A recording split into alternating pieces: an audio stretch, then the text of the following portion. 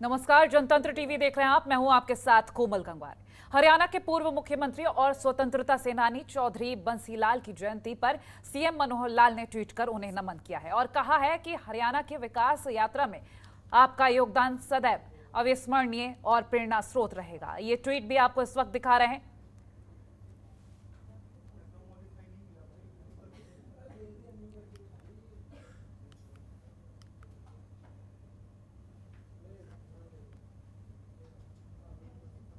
और वहीं पंजाब में अगले साल होने वाले विधानसभा चुनाव के लिए आम आदमी पार्टी ने अपनी तैयारियां शुरू कर दी हैं। जबरदस्त तैयारियों में लगी आम आदमी पार्टी के अभियान को मजबूती देने के लिए आप संयोजक और दिल्ली के मुख्यमंत्री अरविंद केजरीवाल गुरदासपुर दौरे पर पहुंचे, जहां सीएम केजरीवाल के अलावा राघव चड्ढा, भगवंत मान, हरपाल चीमा, कुंवर विजय प्रताप के साथ और भी कार्यकर्ता मौजूद रहे। आपको बता दें कि अरविंद केजरीवाल ने शिरोमणि अकाली दल के नेता और पूर्व कैबिनेट मंत्री जत्थेदार सेवा सिंह सेखवा को आम आदमी पार्टी की सदस्यता दिलाई और इसी दौरान अरविंद केजरीवाल ने प्रेस कॉन्फ्रेंस की और कहा कि हम पंजाब को दिल्ली जैसी सुविधाएं देना चाहते हैं।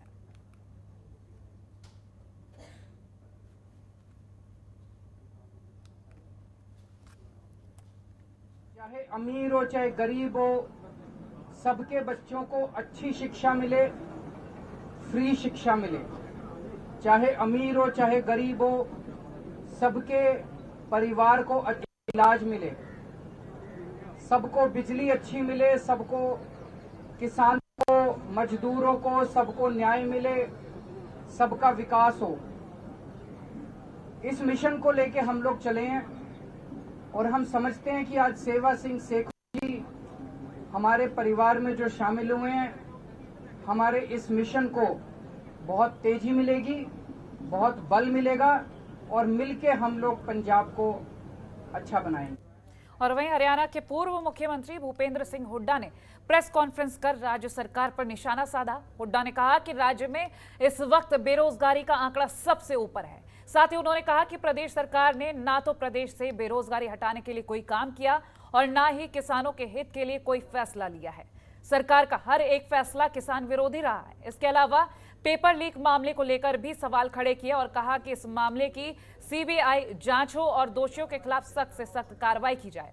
उन्होंने कहा कि विधानसभा सत्र के दौरान भी राज्य सरकार ने कोरोना संक्रमण को लेकर कुछ नहीं बताया, साथ ही कर्मचारियों से किए गए वादे भी पूरे नहीं किए हैं।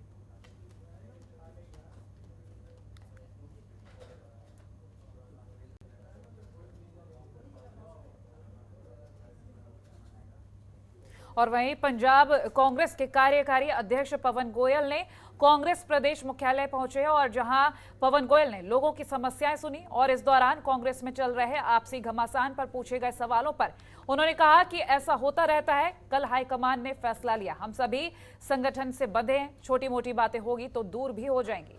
साथ ही उन्होंने कहा कि हमारा मकसद केवल 2022 के चुनाव में पार्टी को जीत दिलवाना है और वहीं 2022 में नेता कौन होगा, इस सवाल पर पवन गोयल ने कहा कि हमारा हाईकमान ही हमारा लीडर है, जिसे वो कहेंगे वही हमारा नेता होगा।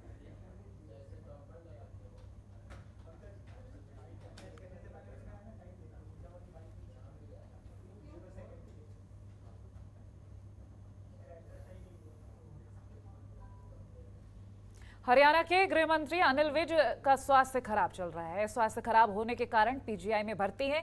अस्पताल में भर्ती होने के बाद भी अनिल विज लगातार अपने कामकाज देख रहे हैं। वहीं अब अनिल विज ने ट्वीट कर जानकारी दी है कि उनके स्वास्थ्य में सुधार हो रहा है। उन्होंने ट्वीट कर लिखा है कि PGIMER चंडीगढ़ के डॉक्टर और स्टाफ मेरे स्वास्थ्य को ठीक करने के लिए लगातार कड़ी मेहनत कर रहे हैं और मेरे स्वास्थ्य में सुधार भी हो रहा है। आपकी दुआओं से मैं शीघ्र स्वस्थ हो जाऊंगा।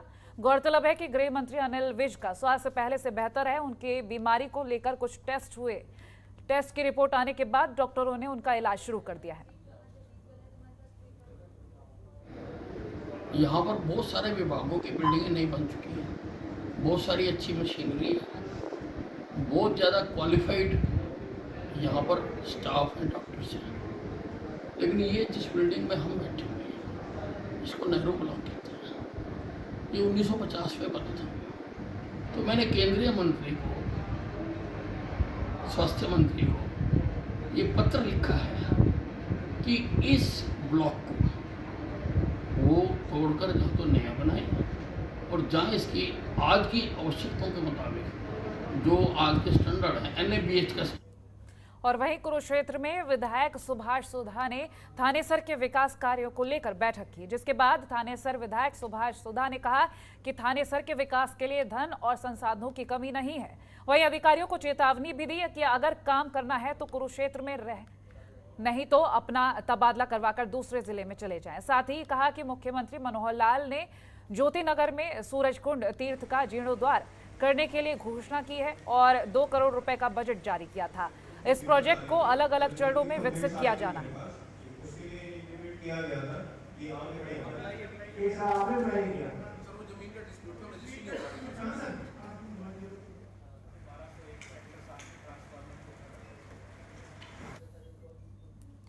और वहीं आम आदमी पार्टी के विधायक हरपाल सिंह चीमा मीडिया से रूबरू हुए और कृषि कानूनों को लेकर अकाली दल, बीजेपी और कांग्रेस पर जमकर निशाना साधा। हरपाल चीमा ने कहा कि तीनों कृषि कानून बनाने में बीजेपी के साथ अकाली दल, कांग्रेस पार्टियों का हाथ है, जिसका आम आदमी पार्टी विरोध कर रही है। पंजाब का हर वर्ग धरनों पर है, इनके मसलों पर कोई भी हल नहीं निकला। हर एक मुद्दे पर केवल लीपापोती ही होती है। देखो, लगभग 4.5 साल तो ਉੱਪਰ ਦਾ ਸਮਾਂ ਹੋ ਗਿਆ ਇਹਨਾਂ ਮੰਤਰੀਆਂ ਨੇ, ਇਹਨਾਂ ਕਾਂਗਰਸ ਦੇ ਭ੍ਰਿਸ਼ਟਾਚਾਰੀਆਂ ਨੇ, ਕੈਪਟਨ ਸਾਹਿਬ ਨੇ ਲਗਾਤਾਰ ਪੰਜਾਬ ਨੂੰ ਲੁੱਟਿਆ। 4.5 ਸਾਲ ਇਹ ਬਿਲਕੁਲ ਚੁੱਪ ਰਹੇ। 4.5 ਸਾਲ ਇਹਨਾਂ ਨੇ ਮਾਫੀਆ ਰਾਜ ਦਾ ਸਾਥ ਦਿੱਤਾ, ਸ਼ਰਾਬ ਮਾਫੀਆ ਚਲਾਉਣ ਵਾਲੇ ਨਾਲ ਖੜੇ ਰਹੇ, ਰੇਤ ਮਾਫੀਆ ਚਲਾਉਣ ਵਾਲੇ ਬੰਦਿਆਂ ਨਾਲ ਖੜੇ ਰਹੇ। ਜਿੰਨੇ ਮਾਫੀਆ ਪੰਜਾਬ ਚੱਲਦੇ ਨੇ ਸਾਰੇ ਮਾਫੀਆ ਦੇ ਨਾਲ ਇਹ ਸਾਰੇ ਮੰਤਰੀ ਖੜੇ ਰਹੇ। ਇਹਨਾਂ ਦੀ ਨੈਤਿਕ ਜ਼ਿੰਮੇਵਾਰੀ ਬਣਦੀ ਆ ਸਭ ਤੋਂ ਪਹਿਲਾਂ ਰਿਜ਼ਾਈਨ ਦੇਣ कि 4.5 साल ਦੇ ਵਿੱਚ ਅਸੀਂ कोई काम नहीं किया और पंजाब के लोगों तो माफ़ी मंगण कि।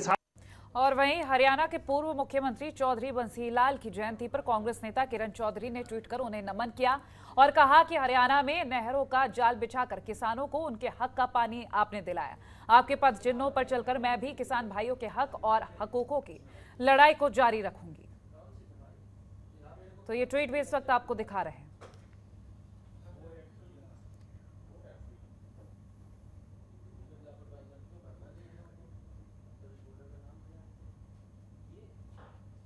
तो ट्वीट में आप देख सकते हैं।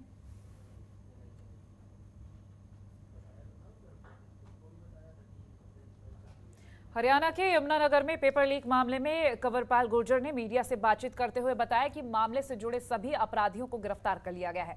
इसके साथ ही उन्होंने कांग्रेस सरकार पर हमला बोलते हुए कहा कि ड्राइंग टीचर और PTI टीचर की भर्ती मामले में कई बार नाम चेंज किए गए। चेयरमैन सिलेक्शन की बजाय अपने लोगों को लगाने का काम करते थे, लेकिन आज सारा काम पारदर्शिता से हो रहा है। और वहीं किसान आंदोलन को लेकर उनका कहना है कि ये आंदोलन लोकतंत्र और विकास के लिए खतरा है। जब आप मंत्री और विधायक को इलाके में नहीं जाने देंगे तो विकास कैसे होगा। इसके साथ ही उन्होंने 500 से अधिक मौतों के लिए किसान नेताओं को जिम्मेदार बताया। वहीं शिक्षा मंत्री ने बताया कि अब 4वीं से 5वीं तक की कक्षा 1 सितंबर से खोल रहे हैं। इस दौरान पहले की तरह नियमों का पालन होगा और अभिभावक चाहे तो अपने बच्चों को स्कूल भेज सकते हैं। अगर हमारे से ठीक से जांच नहीं होती, हमारी पुलिस ठीक से जांच नहीं करती, तो फिर तो हम CBI को देंगे। लेकिन अगर हमारी पुलिस ठीक से जांच कर रही है, हमारी पुलिस ने जम्मू तक जितने भी इसमें जुड़े हुए अपराधी थे उन सब की जांच कर ली, ज़्यादातर लोगों को अपने अरेस्ट कर लिया। तो अब हमने निर्णय लिया कि 4वीं और 5वीं क्लास हम 1 सितंबर से तो शुरू करने जा रहे हैं। और अगर ये सारा कुछ ठीक से चलता रहा तो फिर अगली जो क्लास है उसका निर्णय बाद में लिया जाएगा। तो सर, हरियाणा कांग्रेस की प्रदेश अध्यक्ष कुमारी शैलजा ने प्रदेश की बीजेपी सरकार पर मानसून सत्र के दौरान मुद्दों से भागने का आरोप लगाया। उन्होंने कहा है कि 3 दिन का सत्र कर सरकार अपनी पीठ थपथपा रही है, जबकि विपक्ष की तरफ से बार-बार सत्र की अवधि बढ़ाने की मांग की गई थी ताकि कुछ अहम मुद्दों पर चर्चा हो सके, लेकिन सरकार ने ऐसा नहीं होने दिया। इसके अलावा उन्होंने कहा कि परीक्षा लीक मामले में सरकार कह रही है कि उन्होंने एक कानून बना दिया है, लेकिन सरकार के गृह मंत्री अनिल विज पुलिस भर्ती लीक मामले की जांच CBI से करवाने की मांग कर रहे हैं और वहीं CM मनोहर लाल CBI जांच से ही इनकार कर रहे हैं।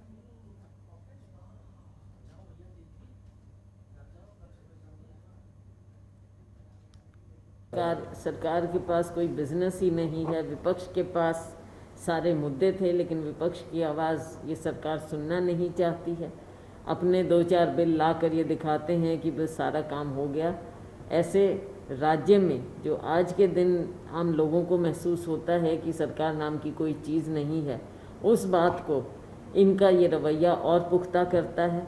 असली मुद्दों पर ये आना नहीं चाहते, ना किसानों के मुद्दों पर आना चाहते हैं, गरीब के मुद्दों पर नहीं आना चाहते, दिखावा करते हैं।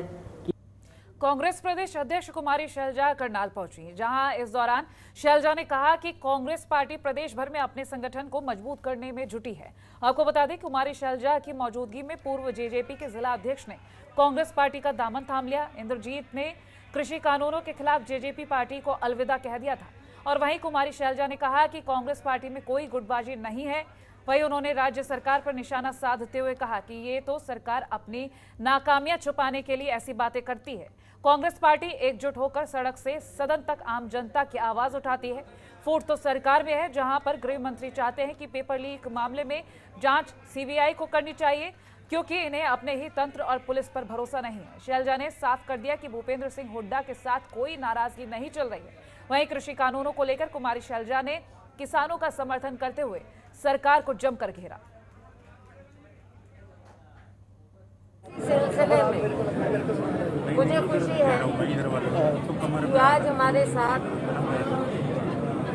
इस इलाके के मजबूत साथी इंद्रजीत सिंह जी कांग्रेस पार्टी में शामिल हो रहे हैं। कांग्रेस में राहुल गांधी जी में कांग्रेस की विचारधारा में आस्था रखते हुए इन्होंने हमारी पार्टी के तिरंगे को थामा है। आज के दिन जरूरत है कि हम पार्टी को जमीनी खबरों के निष्पक्ष विश्लेषण के लिए सब्सक्राइब करें Jantantra TV and press the bell icon. Never miss any update.